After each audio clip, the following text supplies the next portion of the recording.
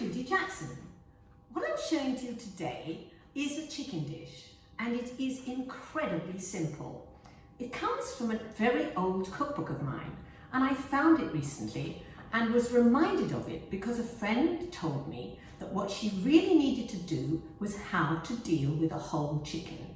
You can often buy parts of chickens, but she said, what do you do with a whole one? She actually happens to work in a butcher's shop and she's never done it. So for her, Osnat, this is for you. I am showing today how to make golden gravy chicken. Now, the finished dish is going to look a little bit like this. You can actually take the corn cob away and you can take the potatoes and things away. That's not what it's about. It's just about chicken cooked in a wonderful gravy. And the wonderful gravy is the most simple thing ever. And probably this is one of my recipes with the fewest ingredients. So I'm going to show you now how to do it, and I really hope you give it a try. Don't forget to subscribe if you like my channel, and if you like it, please just tell someone else. Here's the main ingredient: 1 chicken. I'm starting to cook the chicken, and what you need is a pot with a very little bit of oil in the bottom, and I'm just heating the oil gently here. Now what you're going to need, you can see everything here. 1 roasting chicken all ready for the pot. Then a couple of tablespoons of plain flour, a teaspoon of paprika, salt and black pepper, and some water. Now believe it or not, this is going to turn into something called golden gravy chicken. Here is the original recipe. It's been very slightly changed, but roughly it's the same as it was 25 years ago. The oil gets hot fairly quickly. As soon as you put the chicken in, it will start to sizzle. You can't hear this now, but you will in a moment. Now the idea is not to get it a deep brown either side, but just to start the cooking process. So when it's done for a little while on one side, you turn it over so that you can see what is happening on the other side. Now you can see it and you can hear it starting to sizzle.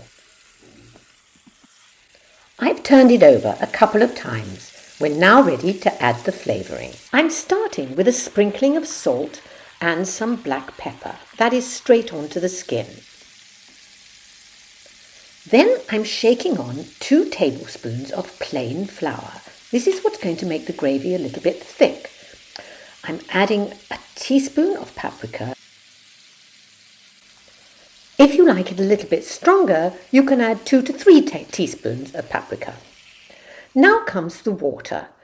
This is hot water and it is 1 pint or 570 mils, but I'm not adding it all at once. I'm adding about 2/3 of it. I'm boiling it up so that it's very, very hot. Add the rest of the water later in the cooking if it seems to be drying up a little bit. When it's bubbling, it's ready to go into the oven. Put the cover on and put it in a 160 centigrade 325 oven and cook it for 1 hour. After about half an hour, it'll begin to look like this, and you can see an orange colour gravy forming. At the end of the hour, you should pour off this gravy into a bowl. This is partly fat and partly what's going to make it really tasty. Leave it to cool a little and then put it in the refrigerator or the freezer. What will happen is that it will separate, and you can see here that you can spoon it off the top.